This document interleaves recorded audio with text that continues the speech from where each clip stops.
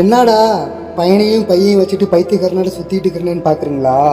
ஆசையே என் பொண்டாட்டி ஃபங்க்ஷனுக்கு கூப்பிட்டாலேன்னு சொல்லி அவளை நம்பி கிளம்பி வந்தேன். பாவி மவ ஃபங்க்ஷனுக்கு வந்த இடத்துல பந்தா கட்டுற நினப்பில் பையனை கொடுத்ததே மறந்துட்டு பழைய கதையை பேசிட்டு உக்காந்துட்டு இருக்கா.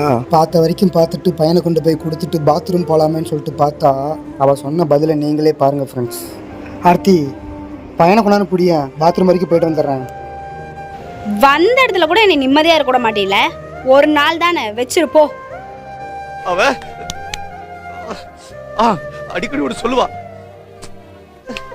என்ன போல ஐயோ அவ சொல்லுவா, ஏங்க என்னை எங்கேயாச்சும் வெளியில கூட்டிட்டு போங்களேன்.